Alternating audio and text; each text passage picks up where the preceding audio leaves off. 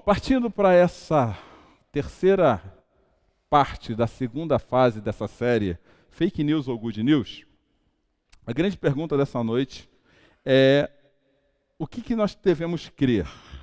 Um Deus pessoal ou uma energia sem forma? Todo o diálogo dessa série, ele surgiu a partir de um senso comum que aparece muito mais na cultura não cristã, onde as pessoas têm se perguntado muito mais, têm crido muito mais a respeito de um Deus sem forma, onde ele não precisa ter personalidade ou caráter, e nós, cristãos, ou os cristãos pelo menos, deveriam estar crendo num Deus que tem uma forma, ou está na cara, ou tem a cara de uma pessoa, tá bom?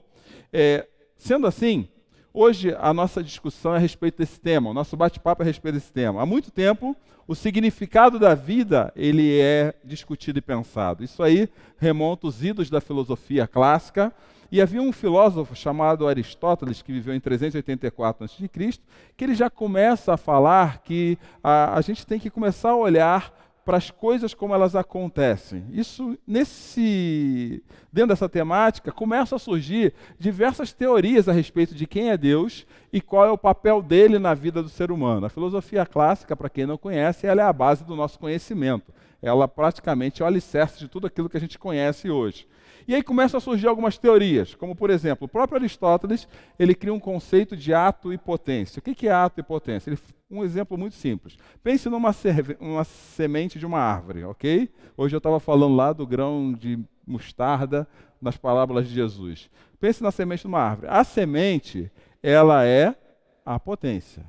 Então a semente plantou-se na terra, ela vira uma árvore, aquilo se torna um ato. Aí aquela árvore, ela coloca semente de novo. Aí aquela semente é outra potência. Passou um tempo, aquilo se torna um ato. Até chegou um momento que Aristóteles fez a seguinte pergunta: tá, ok, mas quem que é o primeiro ato? Quem que é o primeiro ato? Aliás, é invertido, né? O ato torna-se uma potência. Aí quem que é o primeiro ato? Aí ele chega nesse conceito: deve existir um ato puro, aquele que não foi criado por ninguém, que não foi montado, ele simplesmente se autoexiste. Aí depois esse negócio foi expandindo e as pessoas começaram a falar uma coisa que é muito comum hoje, que tudo aquilo que é criado é extensão do próprio Deus. Então você vê Deus na planta, você vê Deus na árvore, você vê Deus na pedra, não como se fosse algo que ele criou, mas como se fosse uma parte dele mesmo. E isso foi construído até que a filosofia clássica, e aí nesse universo grego, ele fala assim: eu preciso criar pessoas, esse Deus precisa se tornar uma pessoa. Mas quem seria a pessoa desse Deus? Essa é a grande pergunta. E eles criaram um conjunto de deuses. Cada deus tinha um papel próprio e específico. Então, se ele quisesse falar da guerra, eles iam lá para o deus da guerra. Se eles quisessem falar do amor, eles iam para Afrodite, a deusa do amor. Então, eles começam a criar diversas formas de Deus para que atendessem às necessidades dele. O grande problema é dar forma a Deus a partir de nós mesmos. Esse é o grande problema. E aí é onde eu vejo que o fato de nós dissermos que Deus é uma energia ou qualquer coisa que seja, nada mais, nada menos, é dizermos que Deus se parece com algo que eu ache que Ele é. Eu crio um Deus para mim. Isso não é nada diferente do que acontecia no passado. Quando eu dou forma a Deus, eu estou criando um Deus que pelo menos ele tem duas características. A primeira delas é que ele é algo que eu não consigo ser. Bom, então eu não consigo fazer isso ou ser isso, eu preciso criar um Deus que seja algo que eu não consiga ser. E a segunda delas é que eu crio um Deus que se torna muito mais a imagem e semelhança minha do que um Deus que se apresenta numa forma de uma pessoa característica. E nós vamos elegendo deuses para a nossa vida. Isso parece muito distante de nós, quando nós falamos de filosofia clássica, mas nós aqui dentro, sem sombra de dúvida, nós temos os nossos próprios deuses. E uma vez perguntaram para o pastor Tim Keller quais eram os 3 maiores deuses da igreja. Porque parece que as pessoas começam a querer viver com Jesus, mas na hora de se aprofundar no relacionamento com Jesus, elas criam o seu próprio Jesus. E elas não fazem nada diferente do que faziam os clássicos gregos. Eles começam a eleger uma forma de Jesus, nós começamos a eleger uma forma de Jesus, ou uma maneira de relacionar-se com Jesus, que fique muito mais parecida com as minhas necessidades do que com a pessoa de Jesus. Nós cremos num Deus pessoal. Jesus tem personalidade, caráter, vontade própria. E a vontade de Jesus, é uma coisa que nós não podemos esquecer, é que ela é soberana nossa. E aí o Tim Keller respondeu quais são os 3 maiores deuses que a igreja acaba criando, ou nós, discípulos de Cristo, acabamos criando, para maquiar um Jesus que nós não queremos ter na nossa vida. E ele diz o seguinte: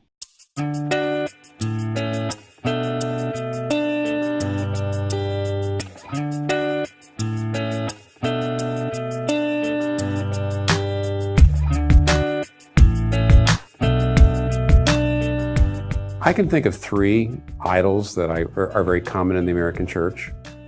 One idol, I think, would be experience. People, instead of looking to the Word of God to be their norm and their guide, tend to look to their own experience, their feelings, their intuitions, their impressions to be their guide. That's part of American individualism, and therefore emotion and impression and experience is very good. But when you make it more important than the Word of God, or if you even put it higher than the Word of God, it becomes an idol. Second one, this might surprise people, is doctrine. I actually do think some people make an idol out of doctrine, because there are sectors of the church that say, if you have your doctrine straight, and if you have your doctrine right, then you're pleasing to God, and then you are part of the solution, not the problem, and you're not like all these other parts of the church that are very heretical. And there's a pride and a smugness about having good doctrine that, to me, puts doctrine almost in the place of the saving grace of Jesus Christ, and so it becomes an idol. And I think probably lastly, there is such a thing as a big problem we have is consumerism, and that is that instead of people looking to the church as a place where they give themselves in community, they look at it as a place where they're going to get the services they want. They have emotional needs, they have relational needs, they have vocational needs. You go to a church because it's a good place to network, to find somebody to date, a good place to maybe network for vocational purposes. So I'm going there because it meets my needs, and I'm seeing it almost like a mall rather than a family that I give myself to. And in that sense, I think consumerism is my felt needs become the idol. That is, they're more important than actually being part of a community. And so those are, I wouldn't say that those, by the way, idols exist equally across the whole church. I think certain sectors of the church struggle more than others with some of them, but those are all there, and they hurt us quite a bit. Ou seja, o que ele vai falando é que a gente acaba estando na igreja e criando nossos próprios ídolos. Ele cita 3 ídolos aqui extremamente frequentes na igreja. Primeiro, ele fala a respeito desse individualismo. Nós somos consumistas de igreja. Nós criamos uma relação com a igreja muito mais preocupada em receber do que doar algo para a igreja. Quando a proposta inicial de Jesus é um corpo de discípulos que doe mais do que receba. E quando a nossa doação é mútua, ela vem seguida de mutualidade, o que acontece? Toda a igreja sai ganhando. O perigo desse ídolo é a gente querer receber mais, estar aqui sempre em busca de algo que a gente tem que receber. Uma vez, um pastor muito antigo falou para mim, e falou assim: Cláudio, a gente tem que entender, a gente tem que passar para a igreja isso. A igreja é um lugar onde a gente doa. Quando a gente doa algo, o ambiente fica bom. Esse ambiente bom, ele traz bons sentimentos. Não é o inverso. Às vezes nós esperamos que o lugar tenha bons sentimentos, ou tenha os sentimentos ideais, para que eu me sinta parte dele, e aí eu passe a fazer algo. Essa lógica é errada, essa é a lógica do consumismo, um grande ídolo da nossa igreja. Outro ídolo que ele fala é o que ele chama de doutrina. E para a gente não achar que doutrina é coisa ruim, ele não está falando que a doutrina é uma coisa ruim. Aliás, ele é um pastor presbiteriano, e um pastor presbiteriano achar que doutrina é ruim e saci pererê, as duas coisas são lendas, né? Na verdade, ele está dizendo que a doutrina não pode tomar o lugar da graça. A doutrina ela tem o seu papel, mas ela não é acima da graça de Deus. E tem gente que idolatra tanta doutrina que esquece a ação da graça de Deus na vida das pessoas. Existe uma graça que antecede a doutrina, e a doutrina ela existe para explicar essa graça. Então, quando a doutrina se torna mais forte do que a graça, o que acontece? Nós começamos a cobrar as pessoas daquilo que elas são ou o que elas deixam de ser. Esses ídolos, eles fazem parte do nosso coração e nós elegemos ídolos. Nós criamos nossos deuses para atender às nossas necessidades. Quando Jesus, a proposta de Jesus é bem diferente da nossa. A proposta de Jesus é que nós o conheçamos do jeito que ele é. E ao longo do mês a gente vem trabalhando, quem tem os ouvidos e o olhar atento, vai reparar que ao longo desse mês nós só falamos de um conjunto de versículos, que é Evangelho de João, capítulo 1. E a gente está seguindo assim, quase que linha a linha. E hoje ficaram os versículos 10 e 11 para a gente pensar. Os versículos 10 e 11 dizem assim: aquele que é a palavra, a palavra eu não vou explicar de novo, aí você vai lá e busca nos podcasts, você busca na internet o que João quer dizer como palavra, que na verdade, para a gente hoje, simplesmente nós vamos substituir essa palavra por Jesus. Na verdade, aquele que é Jesus estava no mundo, o mundo foi feito por intermédio dele, mas o mundo não o reconheceu. Ele veio para o que era seu, mas os seus não receberam. Jesus falou que Jesus veio para o mundo, porque ele explica, João falou que Jesus veio para o mundo, porque ele explica antes, isso também está nas nossas palestras anteriores, que Jesus é o Criador de todas as coisas. Quando Jesus é criado, como Criador de todas as coisas, Jesus veio para o mundo. Como que Jesus veio para o mundo? Numa forma corpórea, pessoal, numa forma veio como uma personalidade. Quando Jesus chega nessa personalidade, as pessoas não aceitam Jesus como ele é. E você já parou para pensar por que nós, às vezes, não aceitamos Jesus como ele é? Nós não aceitamos Jesus como ele é porque nós esperamos que Jesus seja do jeito que eu espero que ele seja. Nós criamos o nosso Deus Jesus próprio e pessoal. Então fica muito mais difícil para mim, fica muito mais complicado para mim entender um Deus que tem caráter e personalidade do que eu criar o meu próprio Deus. E nisso, em torno dessa criação do próprio Deus, sabe o que acontece com a gente? Nós criamos nossa própria fé particular, privada e pessoal. Eu creio nesse Jesus e naquele Jesus. Aí uns creem no Jesus que cura, salva e liberta. Outros creem no Jesus que faz o maná cair do céu. E a gente vai escolhendo, vai elegendo partes de Jesus que são melhores para a gente. É isso que acontece conosco. Mas Jesus, ele se oferece como um todo. Jesus se oferece como um todo. Ou eu me entendo desse Jesus, ou eu entendo esse Jesus, ou eu caio nessa fala que João acabou de dizer: eu não reconheço Jesus. Isso não quer dizer que o Jesus que a gente convida para a nossa vida seja o Jesus que realmente ele quer que conheçamos. O apóstolo Paulo, ele caminhou nesse mundo grego, e aí é o motivo pelo qual eu faço sempre essa introdução. E ao caminhar pelo mundo grego, ele foi na sede, ele foi na cidade onde as coisas aconteciam e essa filosofia fervia, que era Atenas. Atenas era a capital do mundo na época, e ao andar por Atenas, o apóstolo Paulo ele nos ensina algumas coisas. Olha só, enquanto esperava pelos amigos deles em Atenas, Paulo ficou profundamente indignado ao ver que a cidade estava cheia de ídolos. Por isso discutia na sinagoga com judeus e com gregos tementes a Deus, bem como na praça principal todos os dias, com aqueles que por ali se encontravam. Alguns filósofos, epicureus e estoicos, que estão nessa linha que eu falei para vocês há pouco, começaram a discutir com ele. Alguns perguntavam: o que está tentando dizer esse tagarela? Outros diziam: parece que ele está anunciando deuses estrangeiros. Pois Paulo estava pregando as boas novas a respeito de Jesus e da ressurreição. O que Deus espera de você e de mim é que nós falemos de Jesus. A minha pergunta para você essa noite é: qual Jesus você tem apresentado para as pessoas? O seu Jesus personificado, ou vamos fazer uma brincadeira aqui, ao estilo Mary Shelley, o seu Jesus Frankenstein, construído a partir daquilo que você acha que é certo, da sua intuição, a partir da sua doutrina, ou a partir do seu consumismo de Jesus, porque a gente vende esse consumismo de Jesus quando começa a falar para as pessoas desse consumismo. Vai que Jesus vai libertar, vai que Jesus vai fazer, e será que Jesus vai fazer mesmo? Será que é esse o Jesus que se apresenta? Ou é o Jesus que a Bíblia diz: esse é Jesus, esse é Jesus, esse é o Jesus que eu quero que faça parte da minha vida? Porque vai chegar uma hora que vai acontecer algo na sua vida que não tem como fugir disso. As pessoas vão querer que você fale de Jesus. E alguns sinais na cultura à sua volta vão mostrar que você precisa falar de Jesus. E esses sinais aparecem na vida de Paulo aqui nesse texto. Primeira coisa.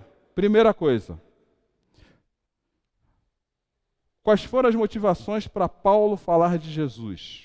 Indignação com os ídolos de seu tempo. Paulo ficou profundamente indignado ao ver que a cidade estava cheia de ídolos. Você sabe quais são os ídolos do nosso tempo? Esses ídolos do nosso tempo te incomodam? Ou você fica apático a todos eles? Você já se perguntou quais são os ídolos dos grupos que você frequenta? Quais são os ídolos da sua casa? Isso te incomoda?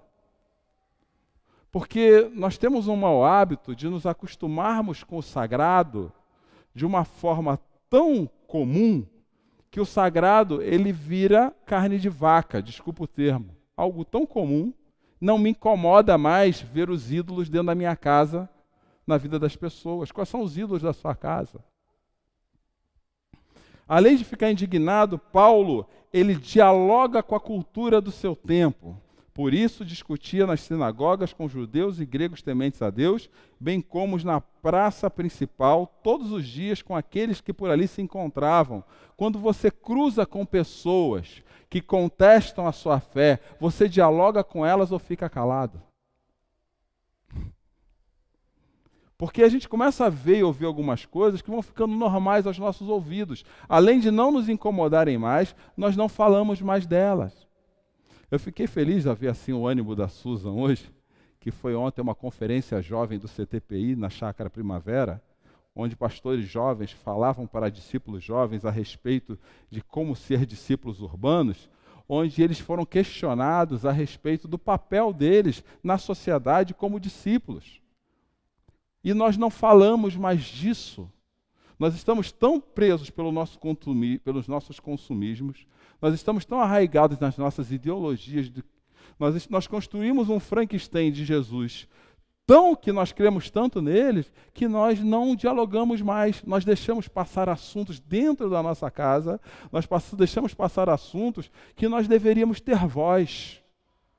E aí volto nas palavras célebres do reverendo Martin Luther King, citada alguns domingos atrás. O problema não é a voz dos corruptos. O que me espanta é o silêncio dos bons. Então ficar calado. Paulo não deixava passar barato. Peraí, isso aí que você está dizendo. E vocês reparem, Paulo discutia, dialogava. Não é bem assim. E em terceiro lugar, Paulo conhecia um Jesus e ele apresentava um Deus pessoal na contracultura de seu tempo. A contraproposta de Jesus, Vinícius, de Paulo, era falar de um Jesus que pelo menos vinha com dois assuntos.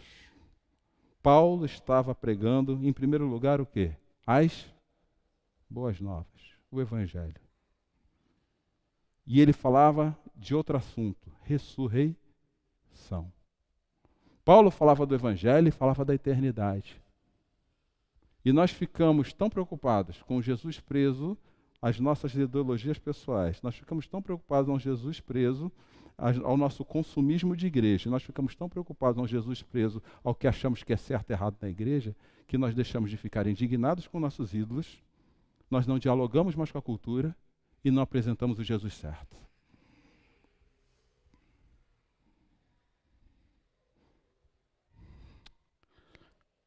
Jesus é um Deus pessoal, que veio inteiro para a gente. E eu quero terminar hoje fazendo a seguinte pergunta. Qual é o Jesus que faz parte da sua vida?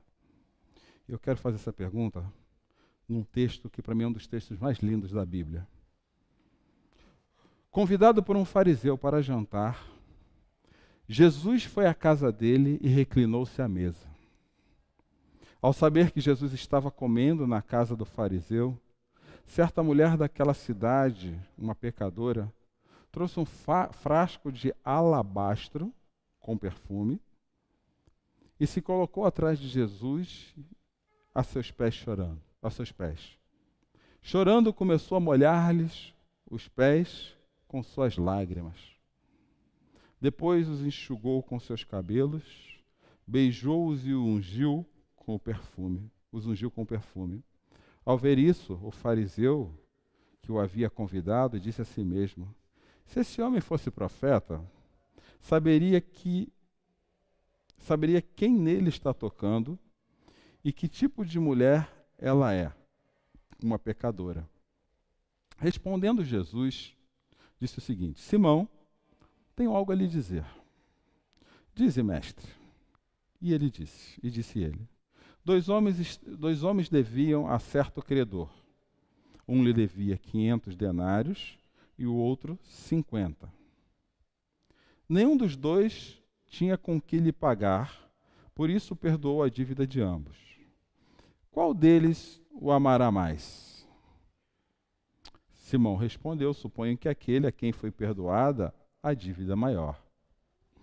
Você julgou bem, disse Jesus. Em seguida virou-se para a mulher e disse a Simão: vê essa mulher? Entrei em sua casa, mas você não me deu água para lavar os pés. E ela, porém, molhou os meus pés com as suas lágrimas e os enxugou com seus cabelos. Você não me saudou com um beijo, mas essa mulher, desde que entrei aqui, não parou de beijar os meus pés. Você não ungiu a minha cabeça com óleo, mas ela derramou perfume nos meus pés. Portanto, eu lhes digo, os muitos pecados dela foram perdoados, pelo que ela amou muito. Mas aquele a quem pouco foi perdoado, pouco ama. Então Jesus disse a ela: seus pecados estão perdoados. Deixa eu começar a falar desse texto e fazendo uma pergunta. Jesus faz parte da sua vida? Eu estou falando do Jesus da Bíblia, não o Jesus que você quer. Jesus faz parte da sua vida? Você já convidou Jesus para fazer parte da sua casa?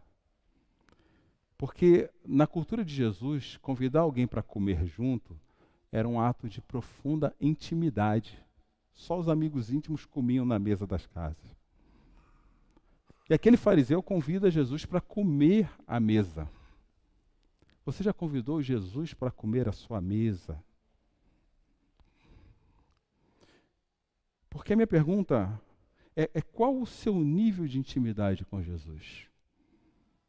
Com esse Jesus que veio na casa desse fariseu, você tem o nível de intimidade do fariseu ou o nível de intimidade daquela mulher?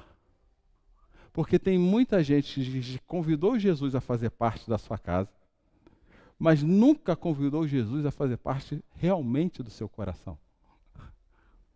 O fariseu convida Jesus para jantar e Jesus foi à casa dele. A mulher, quando soube que Jesus estava comendo na casa do fariseu, ela trouxe um frasco daquilo que era mais valioso para ela, porque ter um frasco de alabastro com perfume era algo muito caro. E aquilo ali, pelo menos, devia ter um salário, vários salários dela envolvidos. Então, o texto nos ensina, através disso, que ela colocou o melhor, o que era mais caro para ela, aos pés de Jesus. Ela se colocou por trás e colocou aonde? Aos seus pés. Para você entender um pouquinho daquilo que o texto está nos ensinando também, os pés para os judeus eram uma das partes mais impuras do corpo. Ele entendia os pés como algo que tinha que ser lavado toda vez que entrava na casa. Porque o pé, na cultura deles, trazia as impurezas da viagem. Então, chegar na casa de um judeu era ter seus pés lavados. Lembra quando Jesus lava os pés de Pedro, aquela história? Por que precisava lavar antes de comer? Para purificar, era um ritual de purificação, e aquele ritual falava que você era bem recebido. Aquele fariseu chamou Jesus à sua casa, mas não lavou-lhe os pés. E aquela mulher colocou o melhor e mais caro da vida dela aos pés de Jesus. E tem hora que a gente quer que Jesus faça na nossa vida, mas nós damos para Jesus as sobras. Nós não colocamos o melhor da nossa vida. Nós não colocamos aquilo que é mais importante para a gente. Por isso eu te pergunto essa noite, qual é o seu nível de intimidade com Jesus? É alguém que você quer para te servir? Ou é alguém que você está disposto a colocar o melhor do que você tem aos pés dele? A segunda pergunta dessa noite é qual tem sido o grau de diálogo com Jesus? Quando aquele fariseu, ele olha aquela mulher aos pés de Jesus, ele fala assim: ao ver isso, o fariseu que o havia convidado disse a si mesmo: se esse homem fosse profeta, saberia quem nele está tocando e que tipo de mulher ela é, uma pecadora. O que ele colocou na frente dele? Vou ajudar vocês. Lembra dos ídolos do Keller? Ele olhou aquela mulher através dos seus ídolos. A minha doutrina não permite que esse tipo de pessoa entre na minha vida. E esse cara diz que é profeta e deixa ele entrar? Ou melhor, a minha interpretação da vida das pessoas não acha que tem que ser assim. Qual o seu grau de diálogo com Jesus? Você tem dialogado com Jesus com aquilo que está na sua cabeça?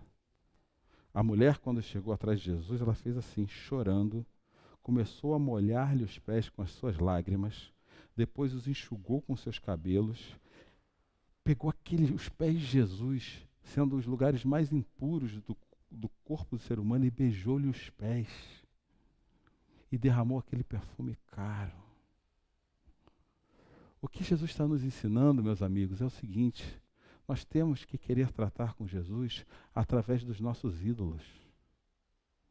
Nós temos que entrar de coração, de cabeça nesse relacionamento com Jesus. O Jesus que está na sua casa pode não ser o Jesus que está no seu coração. O Jesus que está na sua casa pode ser muito mais um Frankenstein da sua espiritualidade do que o Deus encarnado na história que morreu na cruz pelos seus pecados e ressuscitou ao terceiro dia e hoje vive. Qual é o Jesus que você tem convidado para a sua vida? Qual é o diálogo que você tem com esse Jesus? E por fim, como você tem chegado diante de Jesus? Porque aquele fariseu conta uma parábola, depois Jesus conta uma parábola para aquele fariseu, depois volta para ele e fala assim: em seguida, virou-se para a mulher e disse a Simão: vê essa mulher? Entrei em sua casa, mas você não me deu água para lavar os pés.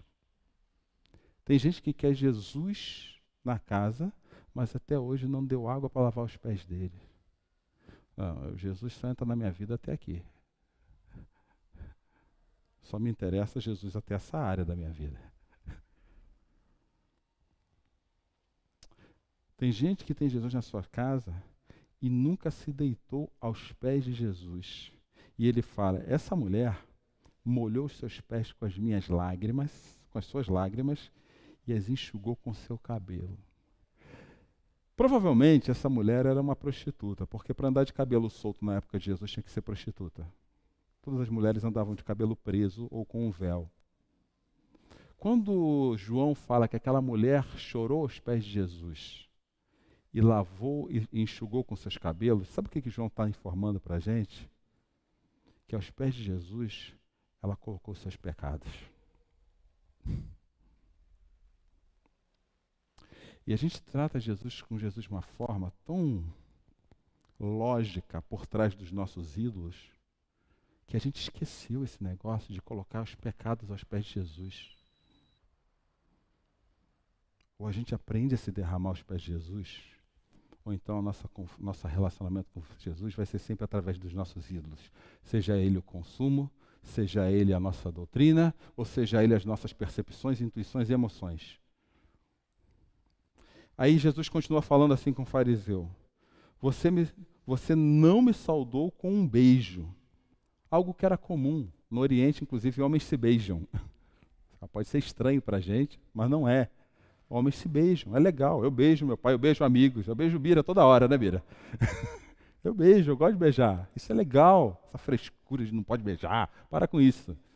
Para. Isso aí colocaram na sua cabeça. Rasga isso do seu manual. Abraça. Eles se beijavam, se abraçavam. Até Paulo fala, saúdem uns aos outros com um beijo santo, né? Chama de ósculo. Eu ia falar ósculo, mas ninguém conhece essa palavra cá. Saúde, beija à vontade. Entendeu? E você não me deu um beijo. Deixa eu te perguntar uma outra coisa. Qual foi a última vez que você beijou Jesus? Beijou mesmo. No silêncio do seu quarto, na quietude da sua dor. Fala assim, Jesus, eu quero beijar você porque você está aqui comigo. E aquela mulher, ela beijou os meus pés. Uma outra coisa comum na cultura de Jesus era refrescar os viajantes da viagem com óleo na cabeça. Então a pessoa chegava, estava um banho de óleo, aquilo era refrescante. E Jesus fala para aquele homem, você não ungiu a minha cabeça com óleo, mas ela derramou perfume aos meus pés. Ela derramou perfume aos meus pés. Ela perfumou os meus pés com aquilo que tinha de mais precioso na vida dela. Portanto, eu digo, os muitos pecados dela lhe foram perdoados, pelo que ela amou muito. Mas aquele que em pouco foi perdoado, pouco se ama. Nós cremos num Deus pessoal. E Ele vai chegar diante da gente, Ele chega diante da gente do jeitinho que Ele é, com todas as características. Se nós continuarmos colocando esse Deus no filtro dos nossos ídolos, nós nunca teremos uma relação com esse Deus franca, sincera e profunda, como essa mulher tinha. Ou nós recebemos Ele no nosso coração, colocamos nossos pecados diante dele com sinceridade, choramos aos seus pés, em espírito e em verdade, e entregamos o melhor da nossa vida para ele, ou a nossa vida espiritual vai ser a medida tacanha, desprezível, mediana, regular e ignorante da nossa própria compreensão a respeito de Deus. Jesus te convida a fazer parte. Jesus se convida a fazer parte do seu coração. Mas você precisa fazer a sua parte. Deixar de tratá-lo como uma visita. E começar a tratá-lo como uma pessoa principal da sua vida, para que ele venha fazer parte da sua casa. Nós não cremos num Deus sem forma. Nós cremos num Deus que tem nome, e o nome dele é Jesus. E ele está aqui essa noite para abençoar a sua vida. Por isso eu quero convidar você a baixar a sua cabeça.